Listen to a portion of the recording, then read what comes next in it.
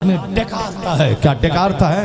یہ خان ہے، یہ پٹھان ہے، یہ کیسے پوری دنیا میں نام ہو گیا، کیسے ان کا سلام ہر جگہ پڑھا جاتا ہے، کیسے یہ کروڑوں آدمی جڑ گئے، اعلیٰ حضرت سے کروڑوں لوگ کیسے جڑ گئے، ان کے بیٹے مفتی اعظم ہند کے 1.5 کروڑ مرید کیسے ہو گئے، ان کا پوتا اختر رضا خان ازہری 10 کروڑ لوگ کیسے اس سے جڑ گئے۔ اگر دنیا میں کاؤنٹنگ کیے جائیں تو 200 کروڑ مسلمانوں میں سے لگ بھگ 50 کروڑ ایسے لوگ ملیں گے جو اعلیٰ حضرت سے وابستہ ہیں، انڈائریکٹ اور ڈائریکٹ۔ ابھی امریکہ چلے جاؤ، وہاں رضا کا چرچہ، وہاں کی مسجدوں میں۔ ہالینڈ چلے جاؤ، رضا کے نام پہ وہاں کا مدرسہ، وہاں کی مسجد، وہاں کی خانقاہ۔ آسٹریلیا چلے جاؤ، وہاں رضا کا سلام، مصطفیٰ جان رحمت پہ لاکھوں سلام۔ چلے جاؤ صاحب ملیشیا، سنگاپور میں، وہاں احمد رضا کی عظمت پہ خطاب۔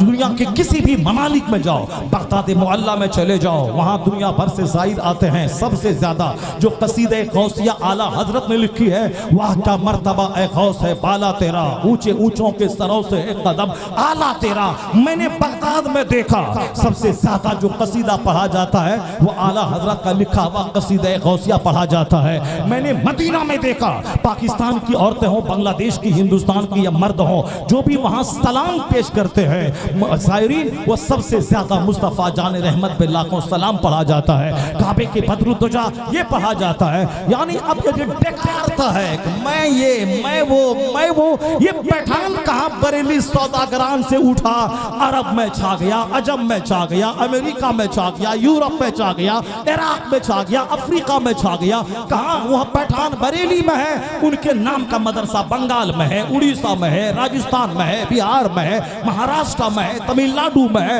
اب کیرالہ میں ہے، آندھرا پردیش میں ہے، تلنگانہ میں ہے، مہاراشٹر میں ہے، گجرات میں ہے، راجستھان میں ہے۔ لگتا ہے سارا ہندوستان یہ رضا کے فیض سے مالا مال اور رضا کے نام سے گونج رہا ہے۔ ابھی اسد بھائی ہو یا ہم ہو یا کوئی دوسرے ہو، اس میں ایک لگاتار 2 مہینے سے جو ہندوستان بھر میں جلسے ہو رہے ہیں، کبھی بمبئی میں، کبھی کرناٹکا میں، کبھی آندھرا میں، کبھی اڑیسہ میں، کبھی بنگال میں، کبھی بہار میں، یہ 2 مہینے سے جو جلسے لگاتار ہو رہے ہیں، اور ہر جلسوں میں اعلیٰ حضرت کی شان، اعلیٰ حضرت کی پہچان، ان کے نام کا جو دبدبہ ہے، ایسا لگتا ہے کہ وادی رضا کی کوہ ہمالا رضا کا ہے، جس سمت دیکھیے وہ علاقہ رضا کا ہے۔ پوری دنیا میں جو اعلیٰ حضرت کا دھنکا بج رہا ہے، کیوں بج رہا ہے؟ وہاں چہرہ نہیں دیکھا جاتا اللہ کے نزدیک۔ ان اللہ لا ينظر الى صورکم ولکن ينظر الى قلوبکم واعمالکم۔